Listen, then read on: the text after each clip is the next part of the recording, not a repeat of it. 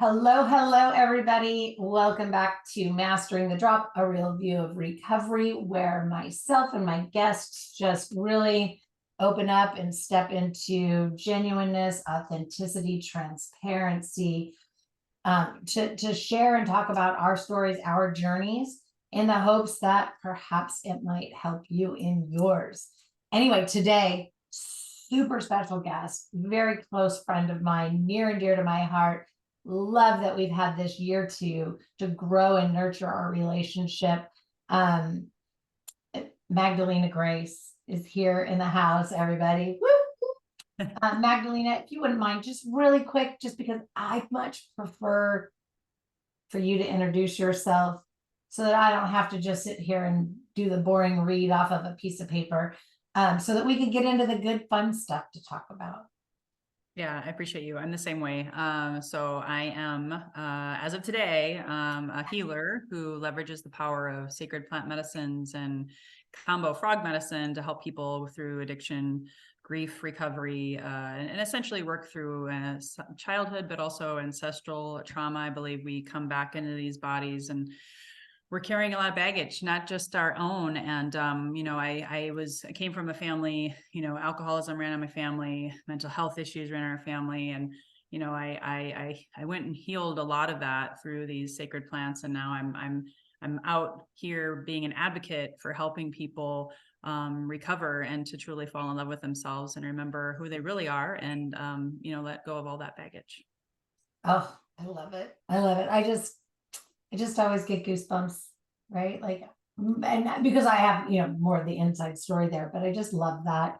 And I love the space that you hold for people and how you walk with them on their journey. It's just a true blessing. So, okay. So we're here and we all have our stories. We all have our journey. And for each and every one of us, even the common thread looks different. And so what was that waking point for you? Or if you want to share a little bit about what what it looked like for you before that waking point, into that waking point space. I would love to. Yeah. And because like everyone, I could probably spend 5 hours sharing it with you, but I'll give you like the low light to the highlight to the low light moment. So I already alluded a little bit of it. I grew up in a small town on a farm. And our family had a lot of shame. My mom was a schizophrenic almost since the day my father married her. And because of his Christian, beliefs and all of that beautiful stuff, he would never divorce her. And so we had 4 children and each one of us had this shame, like red scarlet letter on our chest. We were the family that had the mom who drove a car into a moving train to try to kill herself. And she did try to kill herself many times. She wasn't successful. I wouldn't be here if she had been. So I'm grateful. And, our dad did the best he could, but there was just so much shame and guilt and so much abandonment. Our mom could never really be a mom. Our dad could never really be a dad. And so we got raised by everyone in the village, so to speak. And, my brother, he was 7 years older than me. He had such a mom wound and so much pain. And our dad and him were like this, that he chose to become essentially an alcoholic by the time he was probably 14. And he raised me. Our mom left when I was 4. And then I'm just painting the picture for you, setting the stage for fast forward into the future. I always lived in fear of becoming mentally ill. I had postpartum depression. I had suicidal thoughts. I've had 12 friends commit suicide. So I understand it intimately on so many levels myself. And then seeing all these people, take their lives and, feeling like the outcast in the family and all of that. I was a binge drinking workaholic, and in 2020 hitting my own proverbial rock bottom of killing myself. And my brother dropped dead of alcoholism at age 49. And then 2 months later, my mom died, like right after him. These big, like heavy, tragic wounds in my life. And I was just a wreck. I couldn't cry. I was super numb because I'd been medicating my medications. I'd started with sugar as a kid, coffee in my 20s, success, money, all of that. I was addicted to all of these things, looking outside myself for the answers, numb. And a spiritual mentor came into my life, and he knew I was miserable, even though I was making tons of money and I looked really good on social media, like I had it all. And he said, you're supposed to be a healer. He was channeling like what he called the divine. And he said, you're supposed to be a healer, a spiritual teacher. You got to heal. You got to go within. And I'm like, what are you talking about? I've hired grief counselors. I've done the psychotherapy thing. I've been meditating for years. I'm a personal development junkie. And he's like, no, you're so bad off. You got to go and play with psilocybin and ayahuasca. And having never done any quote unquote drugs in my life, I didn't even really know what they were. But thankfully, I was so broken and so desperate at that point. I was like, I don't care that they're not legal. I had a mushroom shaman in my life. I had another spiritual teacher in my life. They both referred me out to who they trusted. And since then, I sat with psilocybin, ayahuasca over 60 times now. And granted, I didn't need to quote unquote do that per se as a participant. I chose to become a healer. I recognized that what I was missing in my life was self-love and self-compassion, forgiveness.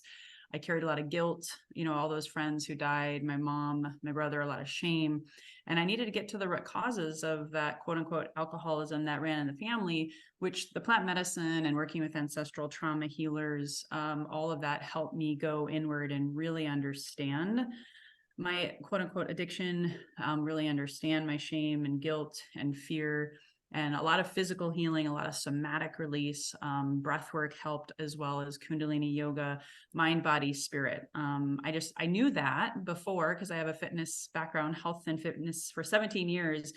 But I was just really, really just so locked up in my head, analytical mind, and had a brick wall around my heart. And I really needed to quiet this and get embodied into my truth. And so all of that work, plus then the training to become a server of these medicines and working with, helping people cleanse and purge their demons, so to speak, and get them into aligned action, not just to like quit drinking and not just to quit smoking and not just to quit whatever, but to actually really truly understand why they were looking outside themselves. Why was I looking outside myself to numb myself? And so through that process, then myself and my husband, he also remembered who he truly was. He's a shaman, African, lineage, and being able to now, and he had his own journey with addiction. I won't even go there. He almost died. I was lucky, if you will. I probably should have had 5 DUIs and probably should have caused a lot of car crashes, but I was saved that experience, I guess. But I still had a lot of guilt to work through and heal. And so we now understand, when you feel that shame and guilt and you judge yourself ridiculously so, you don't always have people that can come and love you and see you at your worst and help you cry and puke and poop and shake and sweat. And we love that now because we understand how the body keeps the score and holds on to this trauma. And you can't heal the mind with the mind. That's what got you into the challenges in the first place, whether it was reaching for a drink or reaching for social media or porn or whatever. We help people literally purge through the body to help quiet the mind and help them reconnect with their heart. That was a lot, so I'm going to stop now and let you ask questions. I totally value, right? Like I value that you can show up with that journey and have us experience with you so many different layers and textures. And one of the things that's really sitting with me right now, and for any of the listeners, it's whether or not you choose to lean into plant medicine or not, right? Like I want everybody to hear this because I have not, and and I've done a lot of healing of myself, but I do that, a lot of healing of myself through connecting with earth and what I put in is as being as close to earth as possible, right? And really being cognizant of the man-made or just even how my food is treated and where it comes from. But but all of that beside, all of that aside, what I'm hearing is there's so many, this is what's landing and resonating for me is, we can be as trained and as knowledgeable in physical fitness. We can be the biggest junkie in self-improvement. Yep. Right? Like, no, there are, and I have to tell you, there are so many people that I encounter, and believe me, because I hear, oh, oh no, I've already done that. I know all about emotional intelligence, yada yada, because I teach that the practical application of the psychological skill sets, tools, tactics, methods, modalities that actually allow us to cultivate, nurture, and condition true emotional intelligence that we need in order to, recover. Right. So we all have our own right method modality. And when we can combine them, it's great. But what we need to know is there isn't one thing that is an altogether complete everything for everybody. If it was, we'd both be sitting here, right, with a line as long as wrapping around the earth, right, of people wanting to come take one, right? Like come a little take one, pull down one number.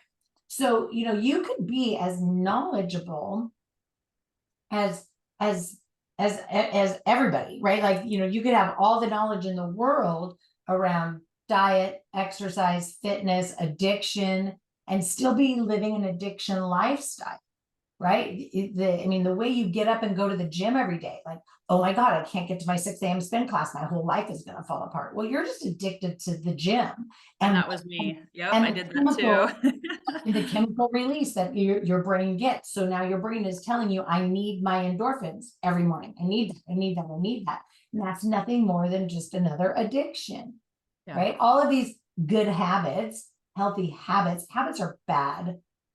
Habits are bad, right? Like we want to create a lifestyle with a routine, but what's the definition of a habit?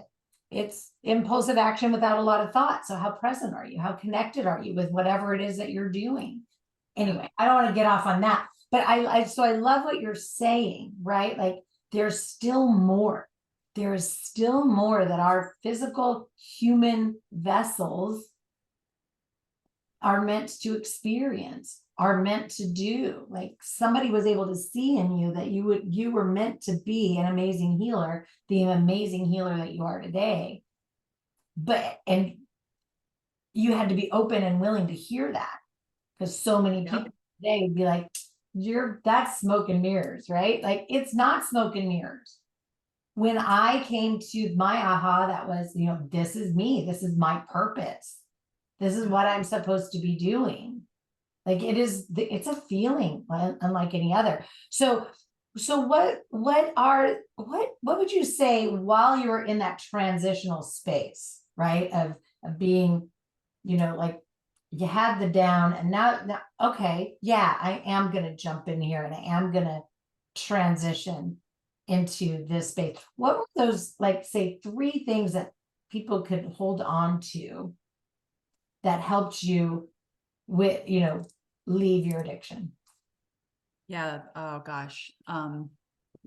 If you could pick 3, right? I know, right? I know. And I am the Virgo in me is like, how can I put these in a good sequence? Cause I'm all about that, so I guess because of what I teach and what I believe is I'm going to go in the order of mind, body, spirit. So for me, mentally, I knew and I started becoming aware of my thoughts. I read the book, The Surrender Experiment, actually, Surrender Experiment by Michael Singer, just before I found this spiritual mentor. And when I was like really close to like rock bottom. And I was pissed because all the guy did was meditate for several hours a day and he became a multi-millionaire. And my mind, the chatter, the judgment, the inner critic was so unhealthy. And I started to really reconnect because, having lost my brother and my mom that year, I was remembering the old me, I was actually a really positive person. And this book like woke me up and said, okay, you can do this too. You have this power within you. You just allowed this ego, this monkey mind, this really, I'm going to just say it if I can on this podcast, this bitch to kind of like take over in here So I really realized that my ego had gotten way out of control. I had adopted a bunch of other people's beliefs that weren't true, and I just needed to figure out a way to quiet that. And so for me, again, plant medicines were able to help me shut this down so that I could get into my body, and going into that physical side of things. I had been an Ironman triathlete, but this was like a life review after, when you like hit rock bottom, you're like, because I wanted to die. And I knew that I could end up just like my brother did on his kitchen floor, decaying for a week before someone found him, right? I am like, I can't go that way. I was an Ironman triathlete. So physically, I was 40 pounds overweight, all puffy, and, my clothes couldn't fit. I was desperate trying to find, I was trying diets, and I had been in the health and fitness industry. I knew better. So again, I'd become someone I wasn't. And I'm like, no, I got to get my body back, my physical health, bring my sexy back, and be, the wife and mother that I knew that I could be. So like there was that physical element of wanting to love my body again. Started to hate it, and that was a huge component for me. And then just the spiritual. I had been so, because of I call it my religion wound, and what the plants reminded me of, I had shut down my God spark within, that divine within, that higher self, super conscious, whatever word you want to call it, right? Because Everybody's got their word. Right. So I went back inward instead of, worshiping things outside of myself, which is then what created my desire to numb myself with things outside myself. Coming back in and connecting with that was so delicious and so rich. I wanted, more of that. And how can I then recreate that without plant medicine? Because there are people, I've seen it, that they were heroin addicts and now they're plant medicine addicts. I'm just putting that out there, especially since this is a recovery community. I tell people, only work with a spiritual teacher, only work with someone who understands recovery and transference of addiction, because they're by themselves, they're not, plant medicine is not addictive. It's just how you use it. And if you use it as an escape. I'm addicted to anything. Exactly. Yeah. Yeah. So just being able to share with people that once I came back to my spiritual practice, I was meditating before plant medicine, but what happened was I was using an archaic, older, kind of clunky meditation system that wasn't my own. And so once I got awake enough and healed enough and cried millions of tears and started choosing different choices than numbing myself with the physical stuff, then I was like, oh, wait, I can meditate and I can do it myself. I can create my own meditation practice. So it took me about a year, and I did microdose daily. I don't microdose anymore. That's the cool thing. I graduated from that, but I needed something to help me. So the medicine was like my spiritual quieting this, but then I would go inward and I could just be in my spiritual practice, create my own rituals, create my own set and setting. I even have my incense burning right now, and by making it my own, not like some religious teachers, or no, nothing against Joe Dispenza, but all these other gurus out there. I didn't need a guru anymore. My guru was inside, and I just had to bring her out and create my own magical spiritual practice. And so those were the three things, overcoming the ego, coming back to more of a positive, transmuted of the negative into the positive, then the physical, honoring my body as a temple and purging, the physical things that I did purge through ayahuasca and combo frog medicine. I know it's kind of gross, but I pooped and I puked a lot, and it helped cleanse the temple. And then the spiritual practice every day that I now do with joy and desire, as opposed to, oh God, I got to go meditate now. Do I really need to do that? It's become more of a part of my being. And those are like the three tools, mental, physical, and spiritual, that really kind of got me to where I am today in recovery. It's so beautiful. I'll write myself little notes here while you're talking. So, you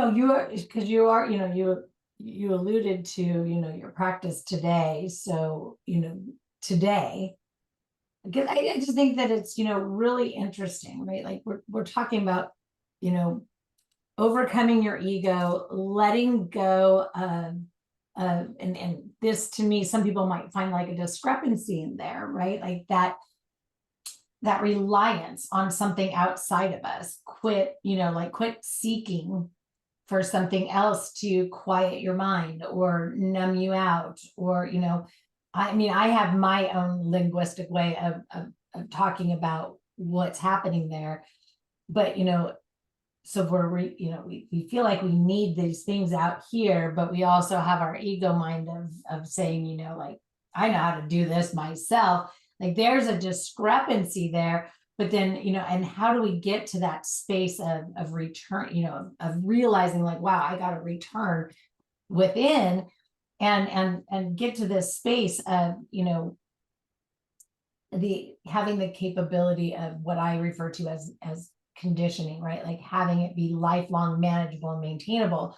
So, what keeps you on track of your journey today? Like what keeps you focused in that? Because we all know, right? Like there's the diet, I lose the weight, I know what I did to get myself here, but I don't put together a maintenance plan. What's the maintenance plan, right?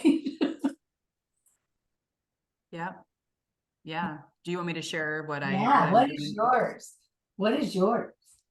Yeah. So for me, I have, I call them my 5 fundamentals, and it is part of my microdosing subscription, but not promoting that so much as just saying that I needed to create something for me that I wish I would have had, but now that I do, I mean, I'm walking the walk, talking the talk. And so for me, it's my daily meditation practice first thing in the morning without fail, even if we just lost our nanny. He moved on, at least for the winter months. He wanted to go and do the van life thing, which I'm like, dude, you go. And so now that means I'm dropping off our kids at 7 a.m. And so does that mean I got to get up earlier? Guess what? Yeah, it does. And so that just means I got to go to bed earlier. So thinking about all of that, I'm being proactive. And so meditation in the morning. And then depending on the day, I vacillate between breath work. I do a breathing practice, and sometimes I incorporate that, always thinking as a mom and a wife and a business owner, how can I maximize my day? So I'll do the breath work with the meditation if I don't have time to do it as a second option in the day. I also am a big fan of the Kundalini yoga, because it actually includes meditation, breath work, and movement. So you kind of see a theme here. I'm like, how can I suck the marrow of the bones of my day? So if I don't have time for even the breath work, I'll do Kundalini yoga on a different day, knowing that it's going to include the breath work. And then I just have my journal, and I have my antenna up, because I'm still on the journey. I still get triggered. I still had some really deep, the time of this recording, we just had a Scorpio new moon, and oh my God, I was blindsided by a trauma trigger that I didn't see coming. And because I've raised my consciousness and I meditate every day with my practice, I'm aware. I'm not saying that I'm perfect and I'm a saint, and all of a sudden I just like transmute it like it's nobody's business. But I have what I call my inner child healing transmutation tools, where if something triggers me, I like immediately leave people to the best of my ability. I'll go and do some additional breath work, or I'll just set boundaries and like take some extra time off for that day, which is what I did. I didn't work much on Monday, honestly. I like immediately went to the chiropractor and got some self-care in, because I could feel my body. Before, I would numb it so much, I would just be on the hamster wheel, right? I would just go, and 4 o'clock would become wine o'clock, because I needed something to medicate that. Now I'm being proactive. So whether it's chiropractic, massage, like I told you, I'm going to next year today, I'm proactive in planting those things in, or just being mindful of those boundaries. If a trauma comes in, I do have some inner child healing like techniques and stuff I wouldn't go into on that today, but that's always there in my tool belt of my 5 fundamentals. And then nutrition. Number 5, how am I, and I have a sacred practice now around my eating, instead of just scarfing down my food and seeing food as a means to an end. Like I sit down, this is part of my Ayurvedic medicine studies that I was reminded of, why do people say grace before dinner? Again, I became a non-religious person, but then I recognized, well, wait a minute, like you said, these are beautiful. Food is our medicine from the earth. I want to teach, or not teach, I want to, create this sacred practice and ritual around eating. So I make sure I'm nourishing myself. I get vegetables delivered to my house from local farmers every week. And I'm just conscientious when I sit down. I take 3 deep breaths before each meal. I say gratitude to the farmers, to the food, to the animals, to the people, the truck drivers, and then I eat slowly, methodically, because my, recovering addictive personality, it was really trauma responses. It wasn't addictive personality. It was just fight or flight, go, go, go, do. And so just that slowness with food and drink and, seeing beverages as, sacred fuel for my body and being grateful for the tea or the whatever, those are the 5 things that keep me, honest, keep me in integrity, and keep me humble, to make sure I, am really grateful for all of the things that are, coming inside of me, and honoring this temple as through breath work and meditation and yoga. When I think that the honesty, the integrity, right? Like that, those are huge things in recovery. A lot of folks that I work with, they come to me and they have to learn, to be open, honest, genuine, transparent, and authentic in all things that they do, because it's not what we do when we're in our addiction. And it's so hard to, to shift into like having this ability to look at a loved one who is, like nothing less than terrified that you're going to go back out and start using again, to look at them and say, I'm having cravings today. I'm really struggling. I'm in a period of post-acute withdrawal. Would you mind being easy and kind and gentle with my heart and soul today? Like teaching an addict how to articulate that to their family, to their loved ones, or even how to say it appropriately in a work setting, etc., it's difficult because so many people are just more worried about the external stuff, the external judgment by another being, or what somebody might, like having to recover out loud is like mortifying to people, until it's not anymore, until they realize that it's, not a moral failing to have experienced traumas, which, most of us, I would venture to say that trauma is a large piece for a lot of people. The level of severity of that trauma may greatly vary, right? But it doesn't matter. It's not to diminish or to demean somebody's trauma.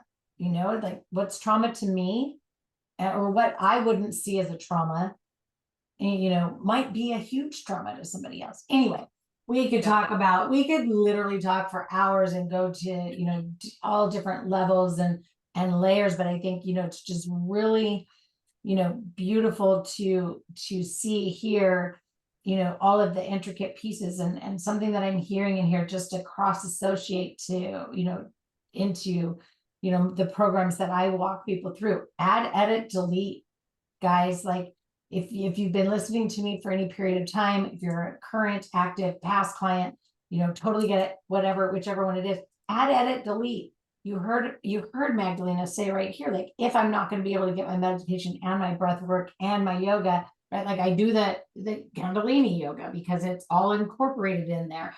You can make your recovery journey your own.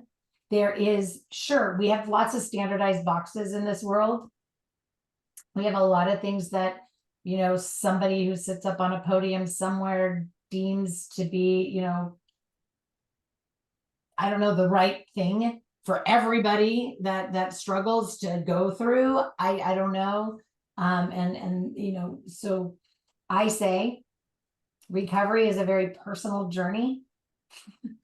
I say each and every one of us it's a totally unique experience. There are no 2 stories that are the same, and standardizing the path that you must walk on to find, the lifestyle, your recovery lifestyle, your lifestyle without addiction, however you want to look at it. Because I know I go against the grain. I'm not an addict. I'm not in recovery because I'm not actively doing anything, right? Like that doesn't resonate with so many people. But, anyway, I just think, wow, like add, edit, delete, change, shift, morph, make it your own, get guidance, get support, get direction. Magdalena said, like, I needed a guide. I needed a spiritual guide. If you're going to do microdosing, you need a spiritual guide.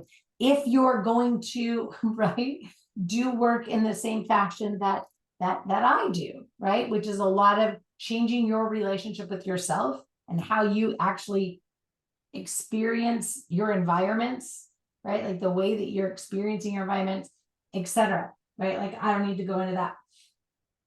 But you get to mix them up, right? But make sure you have the right guide. Right. I don't want to say guru, but I just make sure you have the right guide. Somebody that speaks your language. And I know for me, like I have clients that I have actually recommended, like, hey, let's fold Magdalena in, right? Like, let's do that because I think it'd be beneficial. So you don't have to just find the one person. Find your tribe, find your people. That community does help immeasurably for sure. Yeah. Yes. Well, you and I both had tight time spaces today. I'm like lost all vocabulary, but I want to thank you for being here today. And I look forward to sharing this space with you more and more on some very, particular focused topics so that, we can bring other tips, tools, tactics, whatever to folks. But everybody in the show notes, you will have all of Magdalena's information. My information is down there. Reach out. We're both here. Just let us know, like, hey, heard what you guys were talking about on mastering the drop. Wanted to dive in further. Then we'll know, at least in what context you found us. That would be amazing. Absolutely. Thank you so much. And if you guys are hearing this in time, I have a grief recovery, which a lot of times I find, for me at least, a lot of my addiction was surrounded or embedded in a lot of deep unprocessed grief. And I know you'll be sharing it as well, a grief workshop for free, and then a paid like masterclass, actual deep tools that people can, especially grieving and navigating that in addiction through the holidays is usually a very lonely, arduous path. Like you said, when you're going to spend time with loved ones and you're the addict, that could be kind of a lot. So just wanted to quickly plug that. Yeah, no, and absolutely. If any of that even piqued your interest, reach out to one of us. We'll make sure you get connected with what you need. Thank you so much. I'll talk to you soon.